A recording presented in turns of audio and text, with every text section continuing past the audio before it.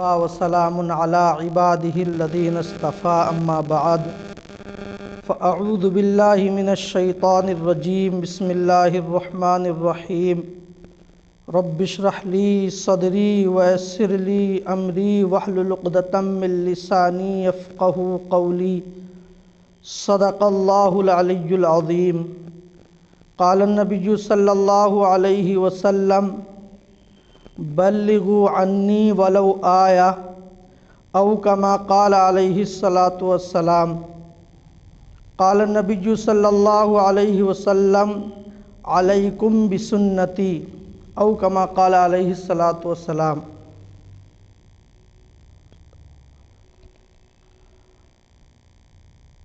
اللہ رب العزت کا بے پایا احسان و کرم ہے، اللہ نے ہم سب کو ہفتہ واری نظام میں شرکت کرنے کی توفیق عطا فرمائی۔ اللہ رب العزت ہم سب کی اس حاضری کو قبول فرما کر جو باتیں بھی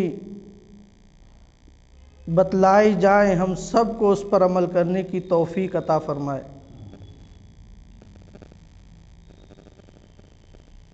دینی مجلسیں،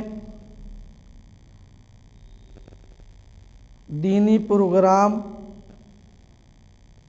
الحمدللہ بہت زیادہ ہوتے رہتے ہیں۔ آئے دن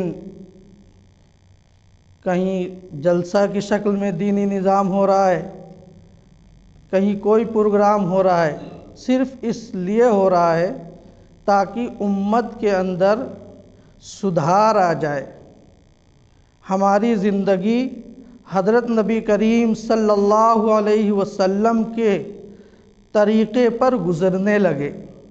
یہ جتنی دینی محنتیں ہو رہی ہیں کسی بھی لائن سے ہوں، سب کا مقصد یہی ہے کہ ہماری زندگی صحیح طور پر گزرنے لگے۔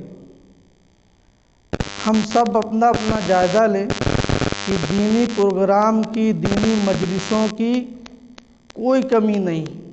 آئے دن اللہ کے فضل سے ہم دینی مجلسوں میں بھی بیٹھتے ہیں، دینی پروگراموں میں بھی شرکت کرتے ہیں، لیکن قابل غور بات یہ ہے کہ اس شرکت کے بعد، دینی نظاموں میں حاضری کے بعد ہمارے اندر کیا تبدیلی ہو رہی ہے۔ اگر کوئی تبدیلی دینی اعتبار سے سدھار آ رہا ہے تو یقین جانیے مجلسیں بڑی کامیاب مجلسیں ہیں، اور اگر ہم اپنے اندر بدلاؤ نہیں لا رہے ہیں تو مجلسیں تو یہ کامیاب ہیں، لیکن ہمیں فکر کی بات ہونی چاہیے کہ ہمارے اندر دینی سدھار کس طریقے سے پیدا ہو۔ جس طریقے سے اگر کہیں ڈاکٹر ہوں اور خوب سارے دواخانے کھلے ہوں تو یقین جانیے سب کے لیے بہتر چیز ہے، لیکن اگر ان ڈاکٹروں کے ہوتے ہوئے، دواخانوں کے ہوتے ہوئے بیماریاں کم نہیں ہو رہی ہیں، بیماری بڑھ رہی ہے، تو یقین جانیے خالی ان کے ہونے سے مقصد حل نہیں ہوتا ہے۔ ٹھیک اسی طریقے سے ہمیں اور آپ کو اس بات کی فکر ہونا چاہیے کہ ہماری زندگی میں تبدیلی کس طریقے سے ہے، ہماری زندگیوں کے اندر سنت کا طریقہ کس طریقے سے آئے، ہم گناہوں سے نفرت ہمیں کس طریقے سے ہوگی، اور یہ ہمیں جب ہی ہوگی ہم جب دین کی مجلسوں میں شرکت کریں گے۔ دینی مجلسیں اپنے اندر بڑا فائدہ رکھتی ہیں کہ جو دینی مجلس میں بیٹھتا ہے اللہ پاک اس کو عمل کی توفیق عطا فرما دیتے ہیں۔ مجھے یاد آیا دینی مجلس کے اوپر حضرت محی السنہ نور اللہ مرقدہ کے زمانے میں ایک صاحب پولیس محکمے کے بڑے افسر تھے، اور اس محکمے میں جو بھی ہوتا ہے ہم سب خوب جانتے ہیں کہ کس طریقے سے آمدنی ہوتی ہے، کس طریقے سے کیا ہوتا ہے۔ حضرت والا کے ہاں تشریف لائے ہردوئی کے اندر، حضرت وہاں ایک معمول ہے کہ عصر کے بعد مغرب سے پہلے تقریباً 15-20 منٹ ایک کتاب سنائے جانے کا معمول، مجلس قائم ہوتی ہے، حضرت کے ٹائم پر حضرت بیٹھتے تھے، اب بھی قائم ہوتی ہے۔ حضرت نے جب مجلس کے اندر اتفاق سے اس مجلس میں رشوت کا عنوان چل رہا تھا، حضرت نے اس کے اوپر توجہ دلائی۔ وہ پروفیسر صاحب جو تھے بڑے محکمے کے، وہ اس مجلس میں موجود تھے، انہوں نے بغور سنا۔ سننے کے بعد جب وہ اپنے قیام گاہ تشریف لے گئے، پھر حضرت کے اوپر خط لکھا حضرت کے پاس، کہا حضرت آپ نے جو باتیں بیان کی ہیں، آپ نے جو باتیں بتائی ہیں، اس کے اندر ہم تو مبتلا ہیں، ہم تو اس کے اندر پھنسے ہوئے ہیں، حضرت اس سے بچنے کا کوئی علاج ہم کو بتا دیجیے۔ یہ فکر ان کو کہاں سے پیدا ہوئی؟ دینی مجلس سے پیدا ہوئی۔ تو جب دینی مجلس میں ہم اپنی نیت کو درست کر کے بیٹھیں گے تو انشاءاللہ ہمارے اندر تبدیلی آئے گی۔ اللہ کا وعدہ ہے فذکر فإن الذکریٰ تنفع المؤمنین، کہ آپ نصیحت کیجئے، نصیحت کرنے والے کو نصیحت کرنا ایمان والوں کو فائدہ پہنچاتا ہے۔ ہم دینی مجلسوں میں کیوں بیٹھتے ہیں؟ اس لیے بیٹھتے ہیں تاکہ ہمیں ثواب ملے، کچھ باتیں سن لیں، یقیناً بیٹھیں گے تو ثواب بھی ملے گا اور دین کی باتیں بھی ہمارے کان میں پڑیں گی۔ لیکن بزرگوں نے جو بتایا، اگر اس نیت کے ساتھ اگر ہم دینی مجلس میں شرکت کریں گے تو انشاءاللہ اس کا پورا فائدہ ہمیں حاصل ہوگا۔ جیسا کہ پروفیسر صاحب کا قصہ بتایا گیا، فرمایا کہ جب بھی دینی مجلس میں کہیں بھی شرکت کرے، کوئی پروگرام ہو، چھوٹی مجلس ہو، بڑی مجلس ہو، یا کوئی اللہ کے رسول کی کتاب پڑھی جا رہی ہو، قرآن پاک کا درس دیا جا رہا ہو، یا حدیث پاک کا درس دیا جا رہا ہو، اس میں بیٹھے تو اپنی نیت کو درست کر لیں۔ اس نیت سے بیٹھے جو باتیں ہمیں پتہ ہوں گی، معلوم ہوں گے، ہم اس پر عمل کریں گے، اور جو ہمارے اندر کمیاں ہیں، کوتاہیاں ہیں، ان کو دور کرنے کی فکر کریں گے۔ اگر ہماری یہ نیت ہے تو یقین جانیے انہی مجلسوں میں شرکت کر کے بہتوں کی زندگیاں سنور گئیں۔ کیسے کیسے گناہ گاروں نے، شرابی جواری نے تھوڑی دیر کے مجلس میں آئے، اللہ کا خاص فضل ہوا، وہ ایک دم ولی اللہ بن گئے۔ یہ دینی مجلسیں بڑی بابرکت مجلس ہیں، بڑی بابرکت مجلس ہیں۔ جب ہم مجلسوں میں بیٹھیں گے، خاص طور سے بزرگان دین، علماء کی مجلس، جب ہم اس میں بیٹھیں گے تو ہماری کمیاں سامنے آنی شروع ہو جائیں گی کہ ہم معاشرے کے اندر کس طریقے سے زندگی گزار رہے ہیں، ہمارا لین دین کیسے ہو رہا ہے، ہماری معاشرت گھر والوں کے ساتھ ہمارا کیا سلوک ہو رہا ہے۔ یہ باتیں ہمیں کب معلوم ہوں گی؟ جب ہم علماء، بزرگان دین کی مجلس میں بیٹھیں گے۔ ہمیں احساس ہوگا کہ ہماری زندگی کس رخ پہ جا رہی ہے، اور حضرت نبی کریم صلی اللہ علیہ وسلم نے ہماری زندگی کو کس رخ پہ لگایا تھا۔ ہماری رخ پورا بدلا ہوا ہے۔ آج ہمارے ہاں کہیں دعوت کا مسئلہ ہوتا ہے کہ اگر کہیں سے کوئی دعوت آ گئی اور تو فوراً قبول کر لیتے ہیں۔ قبول کرنا چاہیے، دعوت کا قبول کرنا بھی ایک سنت بھی ہے۔ اللہ کے رسول نے حکم بھی دیا تو طعام کی کھانا کھلاؤ، لوگوں کو پوچھو۔ اللہ کے رسول نے یہ حکم دیا ہے دعوت کا، قبول کرنا چاہیے۔ لیکن علماء فرماتے ہیں کہ جب دعوت کے اندر 3 چیزیں پائی جائیں پھر اس وقت دعوت کو نہ چھوڑو۔ اگر اس میں 3 چیزوں میں سے کوئی چیز نہیں ہے تو پھر اس دعوت کے اندر شرکت نہ ہی کرنا بہتر ہے۔ پہلی چیز یہ بیان فرمائی کہ جو دعوت محبت سے کی جائے، محبت کے ساتھ دعوت ہو، کہ ہم اس لیے اپنے بھائی کو پوچھ رہے ہیں، یہ ہمارا فلاں رشتہ دار ہے، اس کا ہم پر حق ہے، آؤ آج ہم ایک دسترخوان پہ کھانا کھا لیں۔ یہ رسول اللہ نے طریقہ سکھایا کہ محبت کی بنا پر لوگوں کو پوچھو، یہ فلاں عالم صاحب ہیں، ان کو بلائیں گے، اپنے ہاں کھلائیں گے، ہمارے وہاں خیر و برکتیں آئیں گی۔ ہمارے اماں ہیں، ابا ہیں، بڑے ہیں، ہم ان کو اپنے ہاں بلا رہے ہیں، کوئی بھی پروگرام۔ ایک تو محبت ہونا چاہیے۔ آج ہم اپنا جائزہ لیں، اگر ہم کسی کو دعوت دیتے ہیں تو محبت ہوتی ہے کہ نہیں محبت ہوتی؟ ہمارا دعوت دینا تو اس مقصد سے ہوتا ہے کہ فلاں نے ہم کو بلایا تھا، اگر ہم نے اس کو نہ بلایا تو یہ ہم سے ناراض ہو جائے گا۔ یہ خاص طور سے شادی بیاہ کے موقع پر، عقیقہ اور جو بھی ہمارے معاشرے میں دعوتیں رائج ہیں، ان موقع پر دیکھا جاتا ہے کہ محبت کی بنا پر دعوت ہو رہی ہے کہ صرف نام و نمود کے ہو رہی ہے کہ شکوہ شکایت کے لیے ہو رہی ہے۔ آج ہم صرف سن لیا کہ دعوت قبول کرنا چاہیے، جہاں سے دعوت آئی فوراً قبول کر لیا۔ تو نمبر 1 پر دعوت ہو محبت کی بنیاد پر ہو۔ اگر کسی نے اس لیے دعوت دی ہے کہ اس نے ہمیں پوچھا تھا، ہم اس لیے پوچھ رہے ہیں، تو یہ محبت کہاں رہ گئی؟ محبت تو یہ تھی کہ اس نے پوچھا نہیں تھا لیکن پھر بھی ہم اس کو پوچھیں گے، اللہ کے لیے پوچھیں گے۔ تو 1 نمبر پر جب بھی کسی کو دعوت دے تو تھوڑا سا اس میں بھی اپنی نیت کا استحضار کر لے، محبت جو اللہ نے ہمارا ان کا ایمان کا رشتہ یا رشتہ داری رکھی ہے، اس محبت کی بنا پر ہم فلاں کو پوچھ رہے ہیں۔ ایک چیز۔ دوسری چیز یہ بیان فرمائی کہ اس دعوت کہ وہ دعوت اخلاص کے ساتھ ہو، اللہ کے لیے ہو۔ کس لیے ہم پوچھ رہے ہیں؟ تاکہ اللہ ہم سے ناراض ہو جائے، اللہ ہم سے راضی ہو جائے، اس لیے پوچھ رہے ہیں۔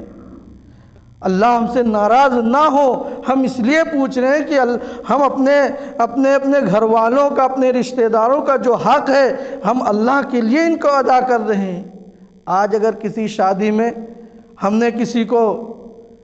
ہمیں کسی نے پوچھا نہیں، تو اگر ہمارے وہاں کوئی پروگرام ہوتا ہے تو ہم پہلے ہی کہہ دیتے ہیں کہ فلاں کو مت پوچھنا، کیونکہ اس نے ہمیں نہیں پوچھا تھا۔ تو یہ اللہ کے لیے دعوت کہاں ہوئی؟ تو نمبر 2 پر اخلاص ہونا چاہیے۔ دعوت ہو کوئی بھی کام ہو، اخلاص بھرا عمل ہونا چاہیے۔ اگر اخلاص کے ساتھ ہم اپنے گھر میں چٹنی روٹی بھی کھلا دیں گے تو اللہ کے ہاں وہ بڑی مقبول دعوت کہلائے گی، اس پر اجر و ثواب مل جائے گا، اللہ ہم سے راضی اور خوش ہو جائے گا۔ اور اگر ہم نے دکھاوے کے طور پر اور صرف اس بنا پر کہ فلاں نے پوچھا تھا اس لیے پوچھ رہے ہیں، تو ہم چاہے جتنی قیمتی سے قیمتی چیز کھلا دیں، اللہ کے ہاں اس کی کوئی حیثیت نہیں ہے۔ تو دعوت میں نمبر 1 پر محبت ہو، نمبر 2 پر اخلاص ہو۔ اخلاص اب یہ ہو کہ ہم کو کیا معلوم فلاں تو دعوت دے رہا ہے، محبت سے دے رہا ہے، اخلاص سے دے رہا ہے، تو اس کا سب سے آسان طریقہ یہ کہ ہم جب کسی کی دعوت کریں تو ان 2 باتوں کا خیال رکھیں۔ ان 2 باتوں کا خیال رکھیں، اللہ کے لیے دعوت کی جائے اور محبت سے کی جائے۔ بالکل بدلے کی نیت بالکل نہ ہونا چاہیے۔ شیطان نے اعمال کو برباد کرنے کے لیے نیتوں کو خراب کر دیا ہے، ان نیتوں میں غیر کو داخل کر کے ان ثواب کو بالکل برباد کر دیتا ہے۔ ایک تو یہ۔ تیسری چیز ہے فرمایا جو دعوت ہمیں دے رہا ہے اس کا مال حلال ہونا چاہیے۔ اگر ہمیں معلوم ہے اس کی اکثر آمدنی یا ساری آمدنی حلال کی ہے تو بخوشی اس کی دعوت کو قبول کریں، اس کے وہاں جائیں۔ ایک ایمان کا حق ہے، مومن ہونے کا ایک مسلمان پر ایک حق ہے، اس کے وہاں جائے اور دعوت کھائے اور اس کے وہاں دعا دے کے آئے۔ اور اگر ہمیں کسی پتہ چل گئے جو دعوت کر رہا ہے اس کی دعوت گڑبڑ سڑبڑ ہے، اس کی ذریعہ معاش درست نہیں ہے، یا اکثر اس کا کاروبار اس کی آمدنی ناجائز کی ہے، تو پھر اس کی دعوت کو قبول نہ کی جائے۔ آج ہم بس دعوت کے انتظار میں رہتے ہیں، کہیں سے بھی آ جائے دعوت، فکر ہو جاتی ہمیں اس کے وہاں جانا ہے۔ تو دینی مجلسوں سے انہی چیزوں کا پتہ چلتا ہے کہ ہمارے اندر جو کمیاں ہیں ان کا احساس پیدا ہو جاتا ہے۔ اگر ہم نیت سے بیٹھیں گے، اپنی کمی کو دور کریں گے تو انشاءاللہ بہت جلد ہماری اصلاح ہو جائے گی۔ اصلاح کے لیے، اصلاح کے تعلق سے سب سے اصلاح کا بہترین نسخہ یہی ہے کہ جب دین کی مجلس میں بیٹھے تو اپنی نیتوں کو درست کر لے۔ اسی طریقے سے اگر ہمارے گھر میں کوئی مہمان آ جائے تو ان مہمان کا اکرام بھی کرے، صرف اللہ کے لیے کرے۔ کس لیے کر رہے ہیں مہمان کا اکرام؟ کہ اللہ نے حکم دیا ہے، اس حکم کو پورا کرنے کے لیے اس مہمان کا اکرام کر رہے ہیں۔ اس پر بھی اللہ کے بڑے بڑے وعدے اللہ نے وعدے فرمائے ہیں۔ آج ہمارے اعمال کے اندر جو روحانیت نہیں پیدا ہو رہی، اس کی سب سے بڑی وجہ ہے ہماری نیت درست نہیں ہوتی۔ تو جو کام بھی کرے اللہ کے لیے کرے، جو بھی کام کرنا چاہے، چاہے اللہ کی زبان سے بھی کہہ رہے ہیں مالک یہ کام ہم آپ کے لیے کر رہے ہیں، آپ اس کام سے اپنے فضل سے راضی ہو جائے۔ جب ہمارا تعلق اپنے اللہ سے ہر وقت جڑا رہے گا، ہر بات اپنے اللہ سے کہتے رہیں گے، تو انشاءاللہ ہمارے اندر دینی اعتبار سے بڑی جلدی سدھار پیدا ہوتا چلا جائے گا۔ آج کیا ہوتا ہے کہ اصلاح کے سلسلے سے ہم اپنی اصلاح سے تو غافل ہیں ہی، اور فکر ہوتی کہ ہمارے بچے نمازی بنے، ہمارے گھر کی عورتیں کے اندر پردہ آ جائے، فکر ہوتی ہے، لیکن اپنی اصلاح سے بالکل غافل ہوتے ہیں۔ فرمایا کہ اگر اپنے گھر والوں کی اصلاح تم چاہتے ہو، اپنے گھر والوں کے اخلاق کو سدھارنا چاہتے ہو، تو سب سے پہلے اپنی عملی زندگی ان کے سامنے پیش کرو۔ تم ان کو دکھاؤ کہ رسول اللہ کس طریقے سے کھانا کھاتے تھے، رسول اللہ کا کس طریقے سے سونا ہوتا تھا، رسول اللہ کس طریقے سے سو کر اٹھتے تھے۔ جب ہم ان کو اپنی زندگی دکھائیں گے کہ یہ رسول اللہ والی زندگی ہے، تو ان کے اندر ویسے ہی اثرات آنے شروع ہو جائیں گے۔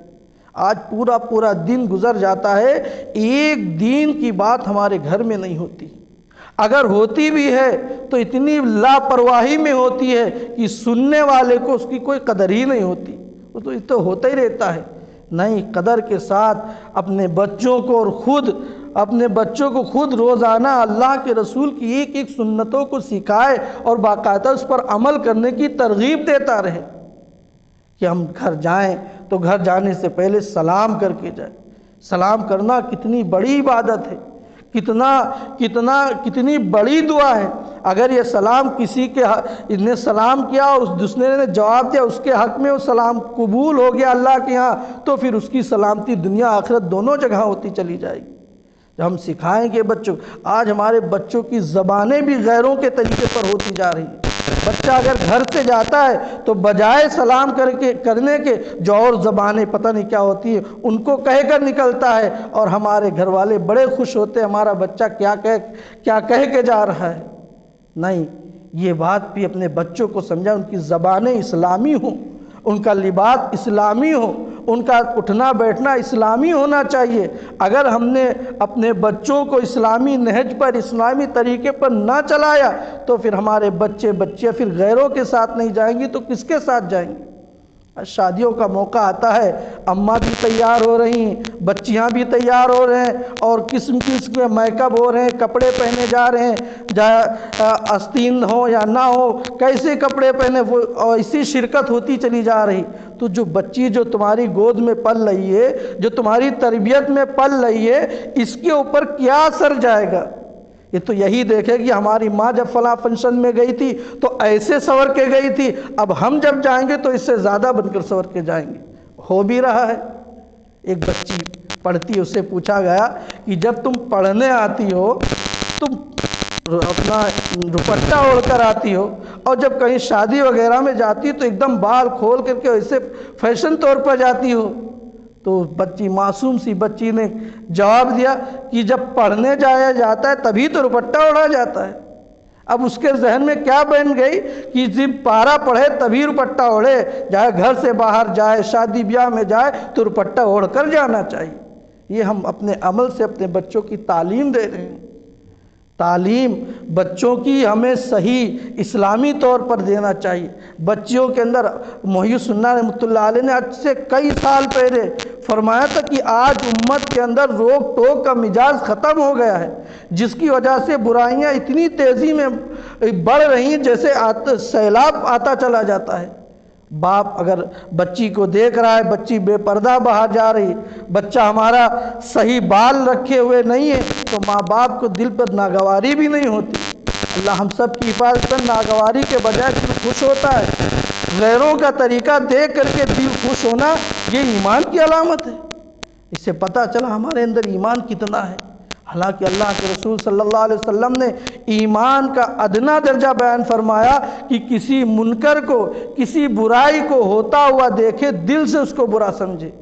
ارے اگر ہم سے ہماری بچی گھر سے بغیر دوپٹے کے جا رہی، بغیر پردے کے جا رہی ہے، اگر ہم روک نہیں سکتے، کم سے کم دل میں کڑھ تو سکتے ہیں۔ اس بات کا احساس تو کر سکتے ہیں دیکھو یہ بالکل اللہ کی نافرمانی کے طور پہ گھر سے نکل رہی ہے، ہو سکتا ہے اللہ کو یہی کڑھن ہماری پسند آ جائے اور ہم کو بخش دے، ورنہ پھر وہی والا حل ہوگا جو ایک پچھلی قوم میں ہوا کہ عبادتیں خوب کرتا تھا، راہب تھا، خوب عبادتیں کرتا تھا، لیکن اللہ کی نافرمانی ہوتے ہوئے دیکھ کر اس کے ماتھے پر سکڑن بھی نہیں آتی تھی۔ تو اللہ نے کیا کہا کہ اس کو پہلے الٹو، پھر اس کے اوپر پوری بستی کو الٹ دو۔ تو ہم کم سے کم کوئی بھی گناہ ہو اس کو دیکھ کر کے اپنے دل میں برا سمجھیں اور یہ سوچیں کہ یہ اللہ کی نافرمانی ہے۔ میرے ایک استاد ہیں، اللہ ان کی مغفرت فرمائے، وہ کہتے تھے اپنے گھروں کے اندر پردے کے بارے میں بتایا کرو، اگر وہ پردہ نہیں کر پائیں گی کم سے کم ان کو احساس تو ہوگا کہ ہم گناہ کر رہے ہیں۔ گناہ سمجھ کر کرے گا تو ہمارا ایمان بھی باقی رہے گا اور توبہ کی توفیق بھی ہو جائے گی کسی نہ کسی دن۔ آج جو چھوٹے چھوٹے بچے اگر ان سے کوئی اسلام کی باتیں بتائی جاتی ہیں تو بڑا تعجب کرتے ہیں کہ بتاؤ اسلام میں یہ بھی ہے۔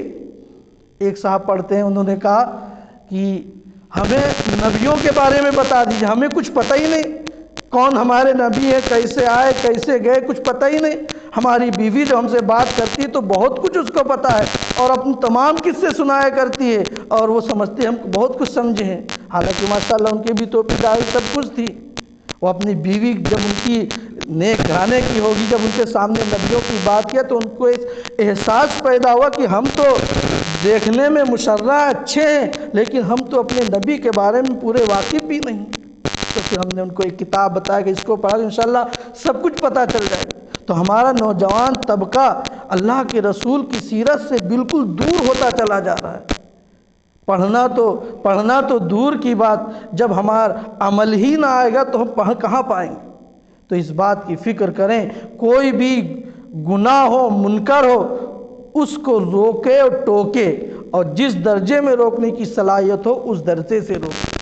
بڑا بچہ ہے، بالکل ہم سے بالکل باہر ہے، خوددار ہے، کھا کما رہا ہے، ظاہر سی بات ہے اس پر لاٹھی تو نہیں چلا سکتے، کم سے کم جب اس کو برائی میں دیکھے تو کسی وقت بلا کے سمجھا دے، بیٹا ایسے نہیں کیا کرتے، تو آپ کے کہنے کی برکت سے انشاءاللہ ایک دن وہ چھوڑ بھی دے گا۔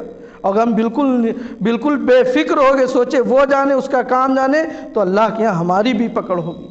تو دعوت الحق کے نظام سے خاص طور سے برائیوں کی طرف توجہ دلائی جاتی ہے کہ امت کے اندر جو آج برائیاں اتنی عام ہو گئی کہ ان کا برا ہونا ہی دل سے احساس ختم ہو گیا، کہ ہمارا لباس، ہمارا رہن سہن، ہماری معاشرت، ہماری عبادتیں، ہمارا لین دین بالکل غیروں کے طریقے پر چلتا چلا جا رہا ہے۔ اور یہ چیزیں کب آئیں گی؟ جب ہم دینی مجلسوں میں اللہ والوں کی صحبت میں جائیں گے، بزرگان دین سے اپنا تعلق کریں گے، تو انشاءاللہ یہ باتیں ہمیں پتہ بھی ہوں گی، ان پر عمل کرنے کی قوت بھی پیدا ہوگی۔ نہ ہمیں معلوم ہے رشوت کا لینا ناجائز ہے، حرام ہے، اللہ کے جہنم میں ڈالا جائے گا، لیکن رشوت سے بچ نہیں پا رہے ہیں۔ جب ہم اللہ والوں کے وہاں جائیں گے، ان سے اپنا تعلق پیدا کریں گے تو انشاءاللہ وہ ہمت و طاقت بن جائے گی۔